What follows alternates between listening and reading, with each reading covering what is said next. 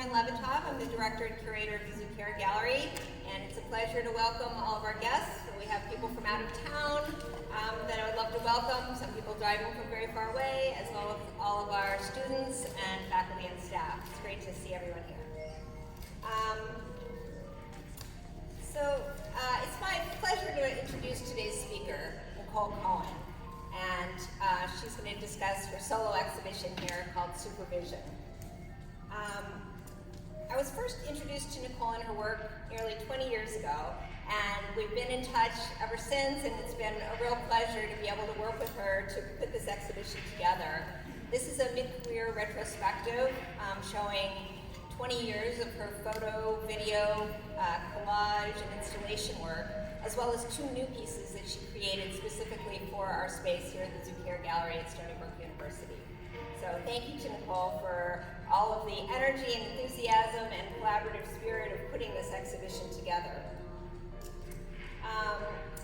And I also want to give a big thank you to all of our lenders and donors to the exhibition who really made this happen and made this possible, so thank you. I also want to thank the Zuccaire Gallery's Public Programs Manager, Georgia Lemaire-Tomczak, and all of our gallery students who helped out today and with this exhibition.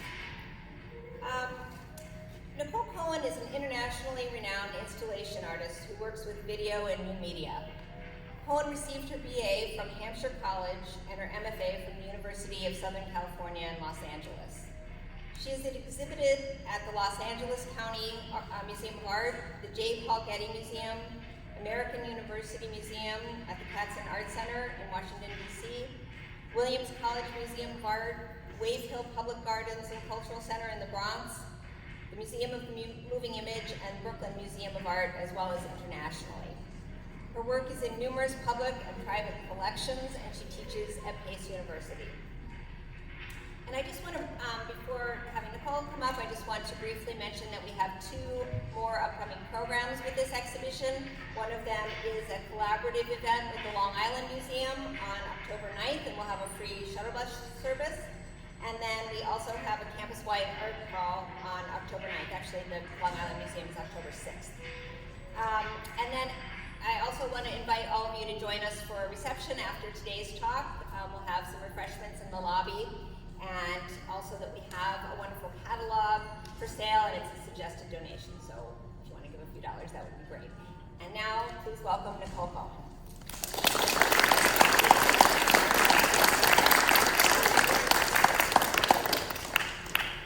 Thank you so much, Karen. Thank you, everybody, for coming. I'm so happy that so many people could come from so far away and come to see this exhibition. A special thank you, obviously, to Karen, the curator and director, and Georgia and the Stoller Center. This has been a project that we've been working on for about a year and a bit. And it's really come together, so I'm happy to give this talk today. I'm going to start with the title of the show, Supervision. Supervision is intended to be applied to all artists. Like, we have a special vision to see through and see things that other people don't see. So my background is actually in abstract art, and abstract art, as many of you know, is non-representational. So it's things that we can see, invisible things. And that is sort of the starting foundation for the show. The projects on this wall are the earlier works, and I'm going to kind of talk to you all about the show and run you through individual pieces here. So on this side, the earlier pieces, How to Make Your Windows Beautiful, started when I was in Los Angeles, when I lived in Los Angeles, and I studied abstract art. Abstract art at USC, I started with these monochromatic paintings, and basically the paintings, the idea that I had was for the paintings to come alive. So before that, I was living in New York, and before I went out to LA for my graduate program, I was living in New York, and I wanted to make paintings out in California, but I wanted the paintings to have some kind of sound and movement. I felt like a painting didn't just have to be a static thing. It could have sound, it could have animation and movement. So when I got out to LA, I started secretly playing with video projection and projecting it onto still images. And that became sort of my signature work of projecting images, projecting videos and performances onto still images. So the first before that was actually projecting onto actual paintings, abstract monochromatic. So as you can see, like they're very much similar colors, like monochromatic video installations, as I would call them. So the pieces started where I would get in the mail an advertisement or something in the mail that was speaking to, say, to sell an interior design for me. So for instance, like a catalog that would say like, oh, you should buy this from Pottery Barn, or you should buy this from Restoration Hardware, or you should live to these expectations. And I was like, I'm in college, I can't afford that. I can't live with those types of, this high level interior design. So I invited people to come over to my house, and I'd set up a faux space in my studio, which was my apartment at the time, using white sheets and different kinds of apparatus that would match the image. So in other words, I'd create a performance in my house and have them superimposed live onto the space. So I would do it for about 40 minutes, and they would act in the space, and then I would edit it. But I would not tell them that I would tell them not to acknowledge me or anything like that. So not to look at me, and just to kind of be in their own mode in that space. So they were capsulated into these little performances. So these are a series of, I call them performance paintings or paintings in motion. And they're on a seamless loop. So they're meant to be like viewed as a 2D type of painting. So each one is a small projection piece. And the reason everyone asks me, why are they so small? And it's because I want you to hover over and look inside, look at the space, look at them as you're large or looking into the small performance piece. So the actual projectors are meant to, they're the only projectors that can be focused at that level. So for instance, this projection here is a long shot projection. These are small compact projectors that can only have the focus close, so that's why. And everyone always says, well, why don't you project it from behind too? And it's not supposed to be a special effect. It's supposed to be like a psychological projection of people reenacting the space.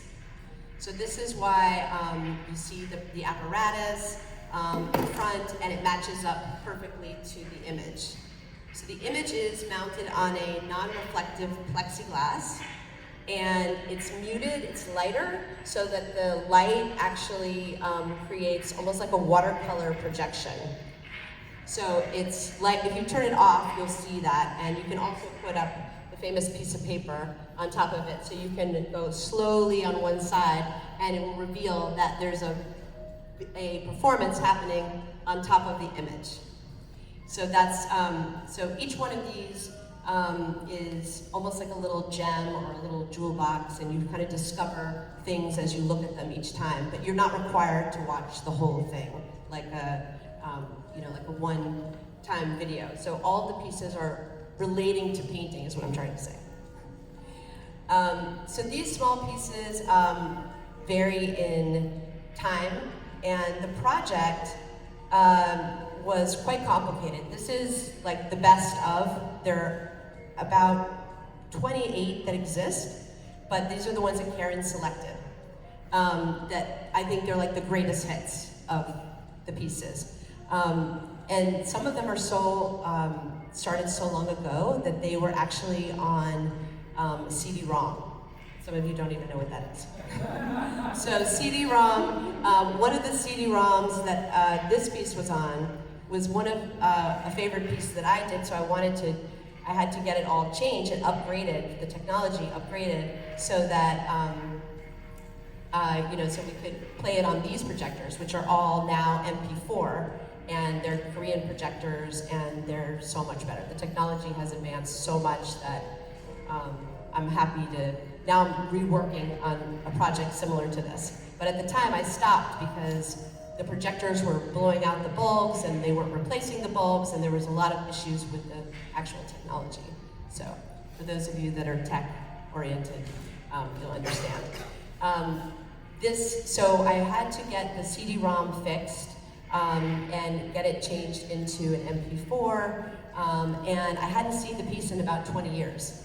So it was very exciting to see it, and I'm happy to say that it looks the same. Like, it still, for me, carries the same kind of rigor that it had so many years ago when I first saw it. So it's like, I make the analogy that it was like kissing a prince. Like, they've been asleep for a long time. They woke up and they're like, they still look pretty good. So that was nice to see that it still held up after so much time. So some of the students I know look at the pieces and say, oh my God, I wasn't even born yet. These pieces. This is a unique experience for me too. Not just for you to see pieces that you haven't seen, that are a living artist, and you weren't even born yet when some of them were made. It's quite an experience to see all so many different pieces from my life in one space. And there's still more pieces, but I'm going through chronologically because for me that's the way it makes the most sense. And hopefully, at the end of this you can ask some questions as well.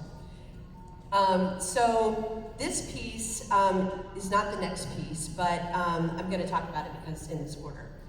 This piece is called Time Lapse, and I worked many different jobs, as we do as artists, after I graduated.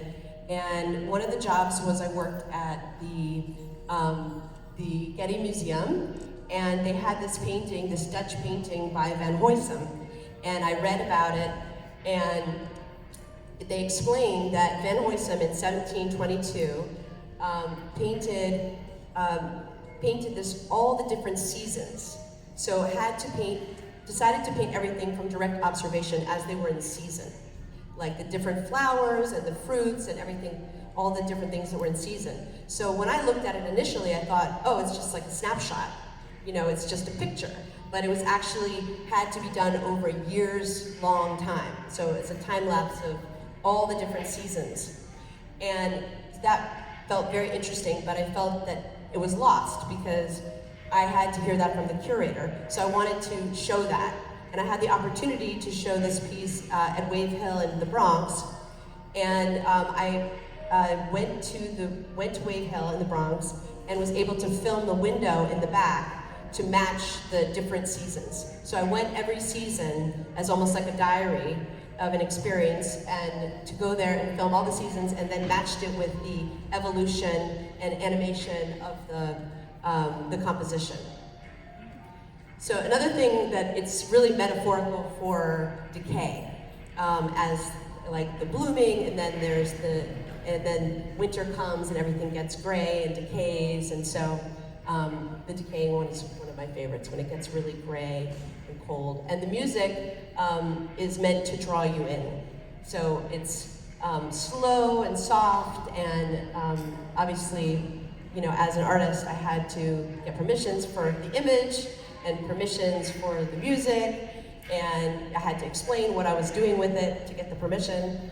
And so that's also a part of this project. So this piece was purchased by the US State Department and by a very smart curator as well, who put it in The Hague, since it's a Dutch still life, put it in The Hague in the US Art and Embassy. So I thought that was brilliant because it makes perfect sense. An American artist who has a connection with Holland, great. So that I couldn't have done it better. So that was really great, and they were able to lend us this edition. So the show, many of these pieces, not all of them, but most, you can check on the labels, there's a lot of detail, were on loan from people. So it was also a process of, oh yeah, this piece is in Alabama at Michael Strauss's collection. Wow, I wonder how Michael Strauss is doing.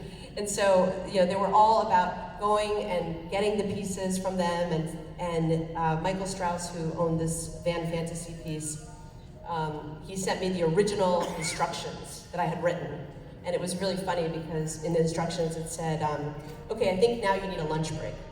And I was like, what? I said that? Because it was a lot of work, stress to put everything together. So I wrote that in there with the instructions to give him a little bit of, to pause and say, you're doing well because it's not easy to collect video art, as many of you might understand.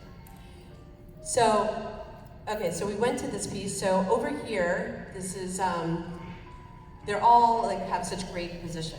This, I feel like it's center stage, the Champagne Room. The Champagne Room is a room at the Metropolitan Museum. It's the Rococo Room at the Metropolitan. And this was a project under the auspices of a show called Domestic Concerns. And the idea is you can't touch the historical spaces. So in this case, there are the stills from the past that are untouchable, that are maybe vintage interiors or spaces that no longer exist. And here as well, these are period rooms. This is a photographed smoking room of a French smoking room that no longer exists.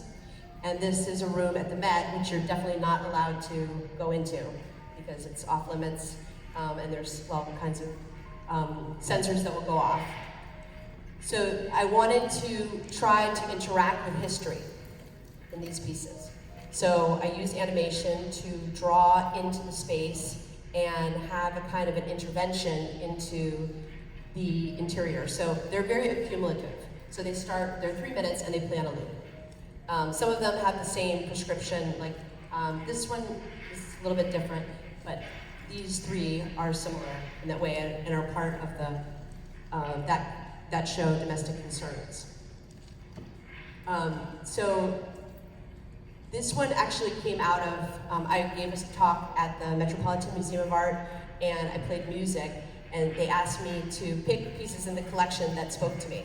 So I chose that room, and then I decided to do a piece like it. So it's Rococo symbolizes over the top, frou-frou, bubblegum, cotton candy. So I felt like champagne was appropriate. And pink sort of champagne was appropriate to fill up the room with bubbles. And the smoking room was literally a smoking room, but the black and white starts off and you're looking, and then all of a sudden there's different colors that come up in the smoke that are almost like a perfume or an essence, almost like a lava lamp, I would say. That piece, it's almost like a ghostly presence, but it really reminds us, these pieces, and I think all my work looking at it really relates to John Berger's ways of seeing. So ways of seeing being a very important way as an artist to show people to look in corners and look at things and see if they're moving or not. So my system of having the still and the moving together creates slight paranoia. People looking and saying, oh, let's look over here at this. Is this moving, or what's happening in this corner? Is the wind happening, or is there change in the light, or something like that? So these all deal with elements. And that's really one of the ways I feel that activates the space. So it creates something happening that brings the space back to life, and that you look more carefully. This one is very in particularly activated because the smoke starts happening, and then the chair catches on fire, and then there's the wine. If you blink, you miss it, but there's a wine glass that spills. There's a blood stain on the floor. There's some kind of techno party going on upstairs. There's a lot of different stuff that happen in the space, but you wonder, like, is the statue going to move, or is something else going to happen in the space? So it's one of my personal favorites, the Domestic Concerns. That's the Domestic Concern piece there.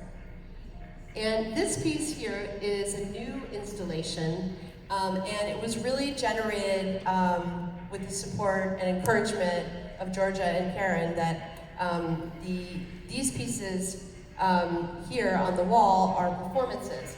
But I don't like to be an artist that says, you know, look at this, look at these pieces, these are examples of this. So this is an example of a behavior in an interior space, and how people act out the spaces. I want you to have your own experience too, because I feel like that is a very good way for people to understand the work on a deeper level. So this is literally a scripted space. Well, it's a blueprint, right? It's a life-size blueprint.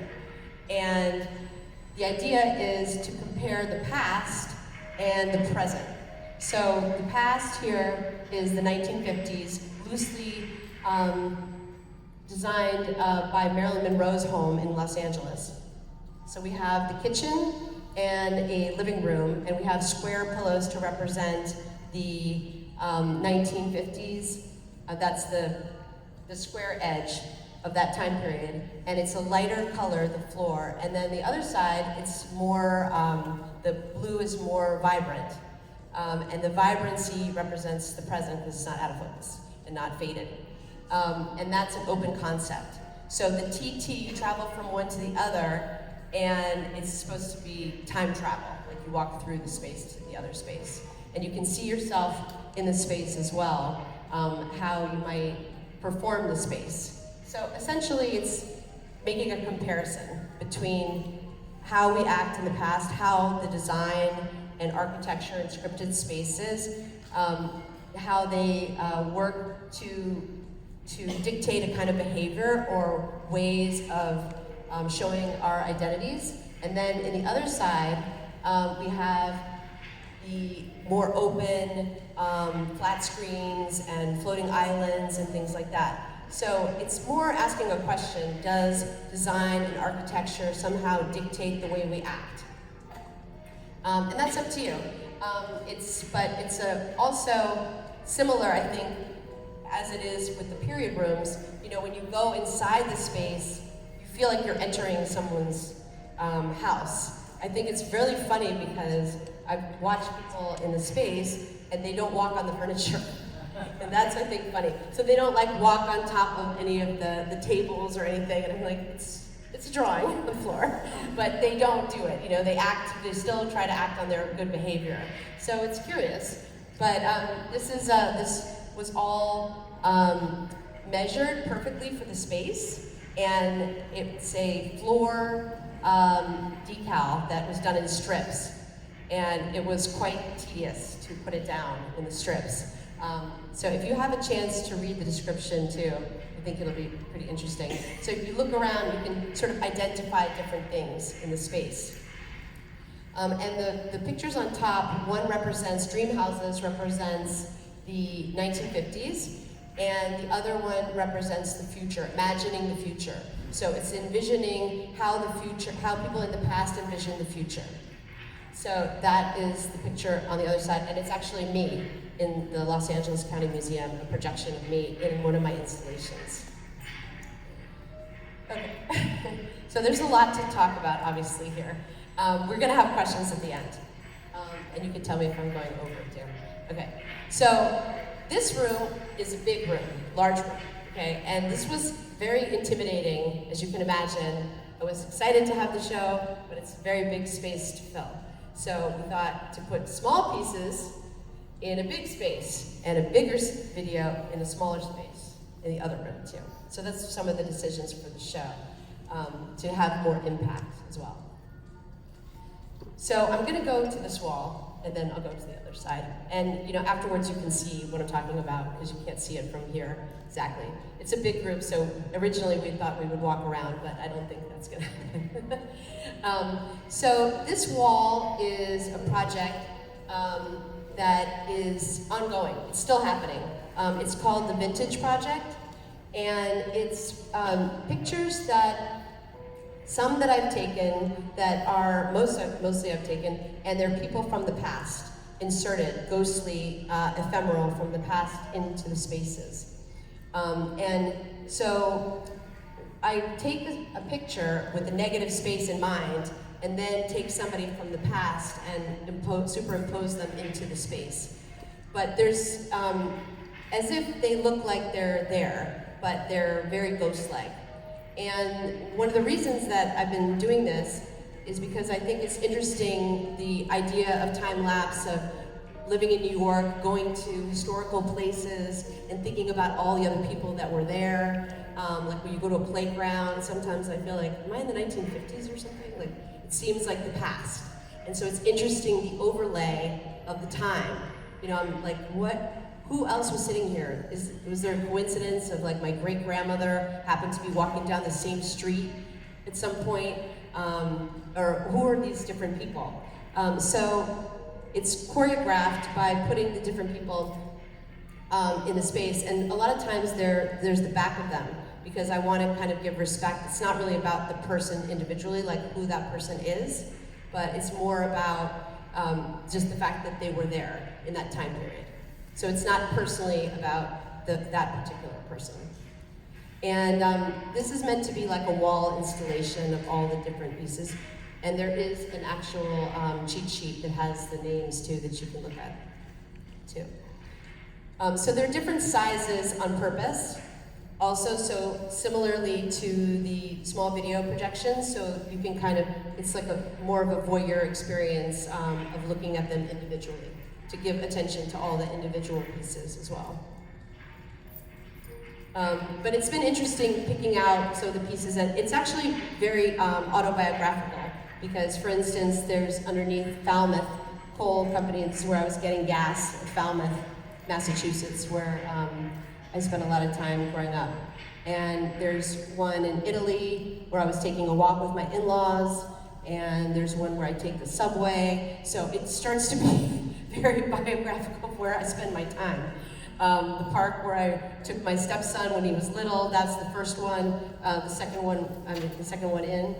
And where I played tennis, walking in Tribeca. This was right before COVID, the man in the snow here, walking in the snow steps. I was running to CVS right before it was shut down for COVID, and I saw the footsteps, and then I put somebody else in those steps, but those were my steps. This was in Rome, where I thought this was a beautiful entrance that kind of looked like Washington, D.C., where I'm from. So many different stories that are associated with them. So this was actually a shortcut in Woods Hole, Massachusetts, where I would go get to the main street faster. So there are a lot of sort of special places that were empty, and I filled them up with a narrative. And with some kind of personality, too. Actually, the gaze one, the top one, the beach, is Miami, but it is reminiscent of my grandmother, who used to go to Miami, come from Chicago, and she told me it took her a while to defrost from Chicago, so she's wearing a fur coat on the beach. So they all have some kind of little humor undertones, but they're carefully picked out, and sometimes I'll pick out a person I won't know where I'm going to put them, and then it will make sense later. So this is just a small grouping of the pictures. But it almost looks like there's more to the story, too, I feel like, in this vintage project. All right, so the other side here is a documentary. And the documentary was done in my studio in New York. And it relates to this. This is I'm on the cover of the Bellevue Literary Magazine, which is a medical magazine, where they actually feature artists that deal with medicine, and this particular, it's doctors and art. So it's writers, doctors who are writers. And it's very interesting, and I'm happy to be a part of it. I was invited by an art advisor to submit a piece for the cover, and I didn't really think I had anything that appropriate that was science-based, but it turns out I did. I was painting books of a friend of mine who was sick with cancer, and they were interested in that because it was kind of like a healing painting in a way. Then the books are almost like a portrait of who she is. But so I had the paintings of the books, and then went on the cover here. But then I said, well, I'm really a video artist, so I have to do something that is going to show the life of the books. And this is the piece that came out of that, which is the New York Public Library and these books, which are actually her books, that are floating around in the library. So it's like the life of the books. They're somehow activated in the space and float around. This is kind of a quiet moment, so bad timing on my part, but as it goes, it will pick up. So they're all the books animated. So it's the black and white and then the New York Public Library. And it's meant to act almost like a video painting. So it plays a lot of different, you see like some of the covers and some of it's replicated, but it moves a lot. And if you can't hear it right now, but there is the sound of paper as well. So when it picks up, there is more of that sound. And sound is very important to me because it really activates the video. It gets you moving towards the video, draws you in. It's like the perspective of the sound, so it's super important. So the other room, you can't see, but there's the Rainbow Room, which is the historical Rainbow Room in New York City, which was meant after World War II to be a symbol of hope, and still is an active place. And so it's these rainbows dancing there. There's a description. I'm not going to get into total detail of that one right now. And then there's a wall of the collages, which are actual vintage magazines that are drawn into, and this refers back to my abstract background.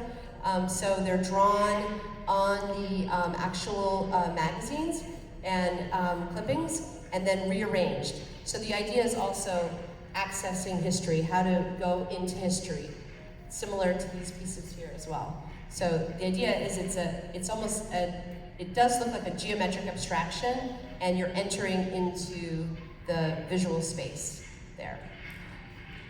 And the die-bond pieces, which are on the metal, are also supposed to give sort of a voyeur perspective. So when you walk by them with the light, they move almost like a ventricular. So they move and you can see your reflection in a space too. I've done a lot of pieces with surveillance. This is one of them, but other pieces where you sit and you see yourself in the interiors live at the LA County Museum and the Getty Museum as well, but that those pieces relate more to that. How are we doing on time? Good?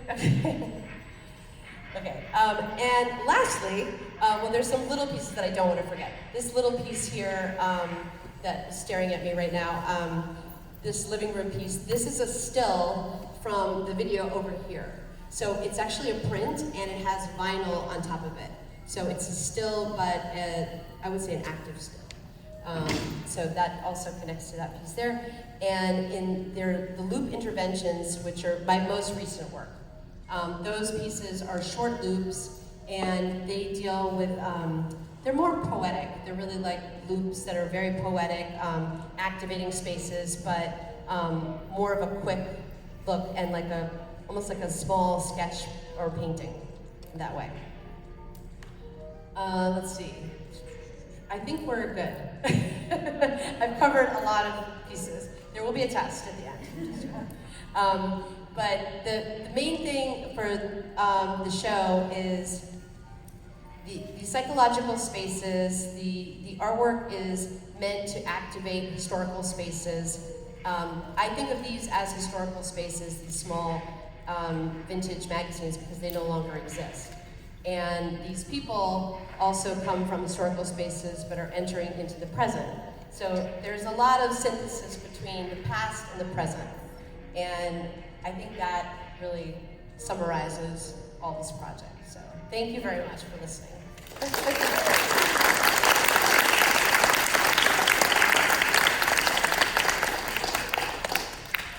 So we have time for, I'm gonna sit down. Let's see. We have time for questions. I'm sure there are some questions.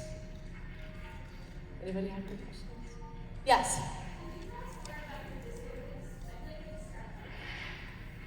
I can't really hear you. Maybe we should turn down this video. Oh yeah, pass the mic. Maybe that's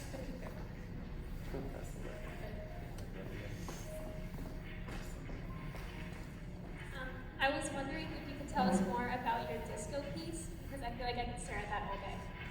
The disco piece? Yeah. Tell you more about it? Yeah, definitely. That's a great question. The disco piece and the video conferencing piece, thank you. The disco piece and the video conferencing piece, which are the ones on Dibon, those are from the source, a book called The Media Room. So that's a historical book on like how to put media into your home.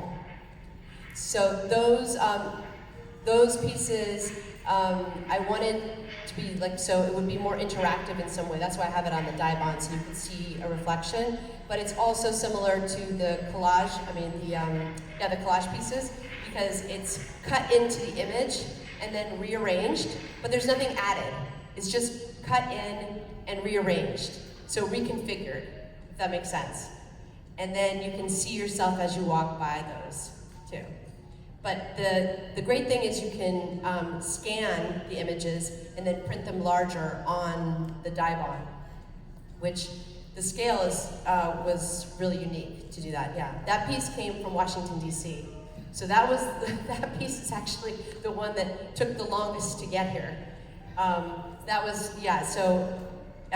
Interesting, because as a video artist, you do have copies of things, but something like the disco piece, you don't.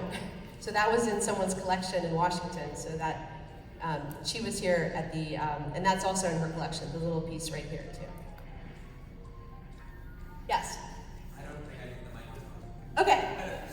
Could you talk a little bit about, and I apologize if you did and I missed it because I was late, so hey, if you did, don't do it again. But could you talk about maybe your research a little bit more into the spaces you're working with? Yes. Even this mention of this, that there's a historical media book that you're looking at and you're sort of Yeah. deconstructing. What does that research process look like for you? Yeah. So my work really deals with the archive. Like I collect books from the 1950s, 40s, and 60s, and I find that those behaviors in those time periods are so vastly different from how we act today. So I'm interested in how the furniture somehow creates a performance for for those periods, and how we've changed so much, and the expectation of that space. So that's what really drives me to use the spaces. Like for instance, how to make your windows beautiful. I met those girls in the video. They were visiting from Brixton in London, and I showed them the picture. I met them in Astor Place in New York. And I said, would you come to my studio so I can film you? And they're like, we're not gonna match with your space. We're punks from London. And this is a 1950s interior. And I said, that's the point. So I'm interested in the clash between the past and the present, to ask a question and see how identity can be revealed through those places. So a lot of the places do relate to painting because they have this sort of monochromatic component, which is my painting background. However, for instance, the pink bed here, that one, that is a historical period room. So they also are just things that we kind of fall upon in life too, but I do collect vintage books. So, and I do use the Library of Congress. I travel and look at historical images, get into the archives, and I've given a lot of talks on art, how the archive relates to art too, at ICP, International Center for Photography. Does that make sense? Okay, sure. Yeah. What would you say inspires you really striving to create this work? To create this work? Good question.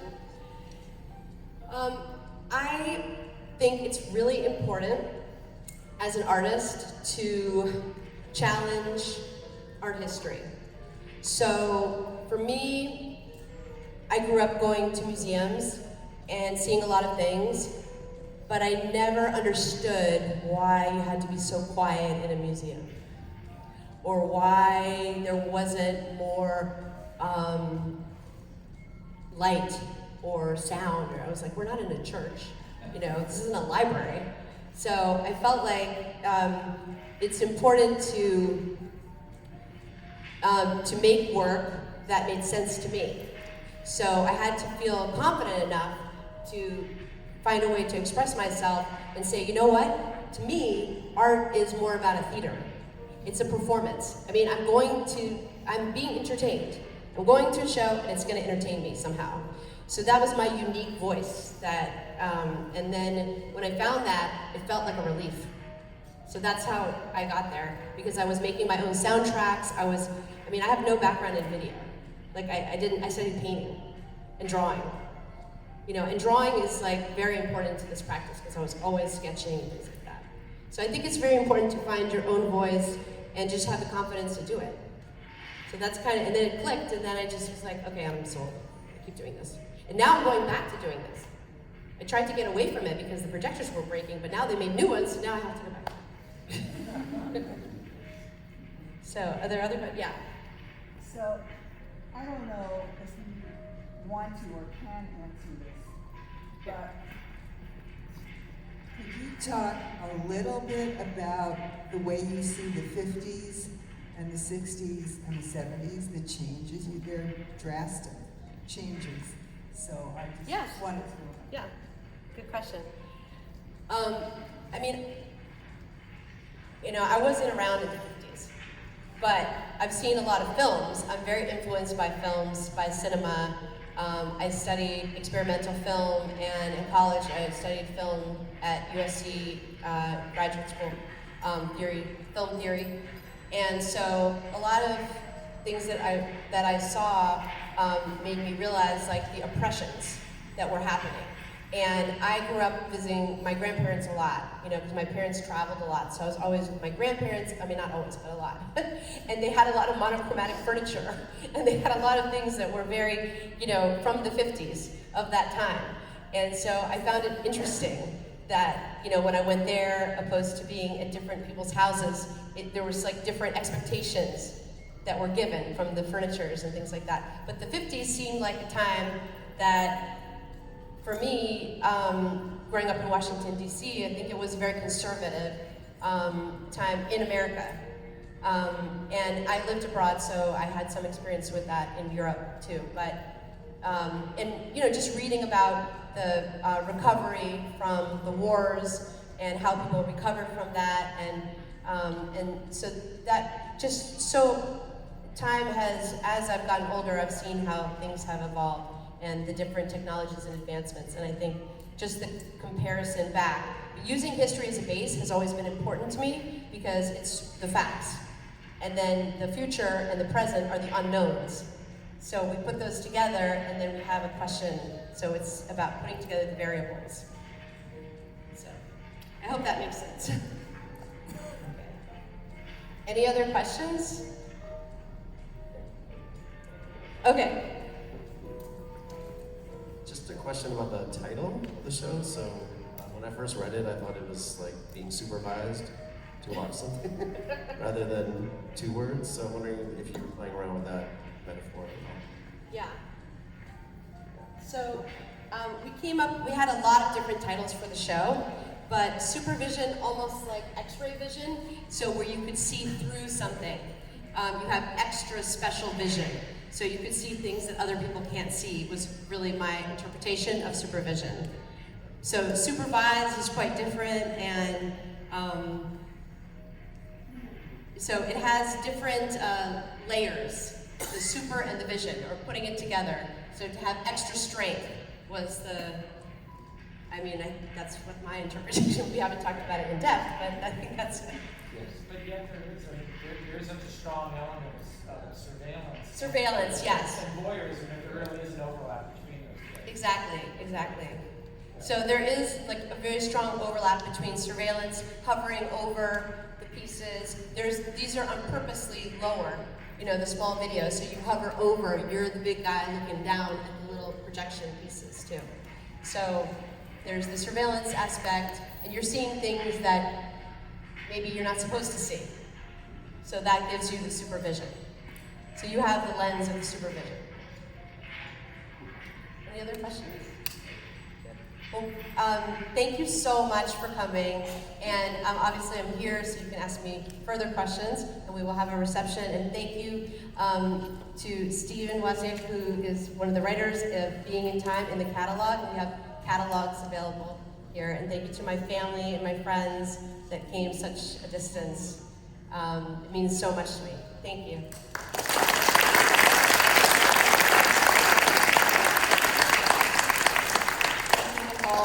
And thank you everyone for coming. Yes, thank you. We're great to have, wonderful to have Stephen Wozniak. We also have the catalog designer, Amy Hurling, and a few of our lenders and donors. So thank you all for being here. Thanks to the students. And like I said, join us in the lobby for a reception.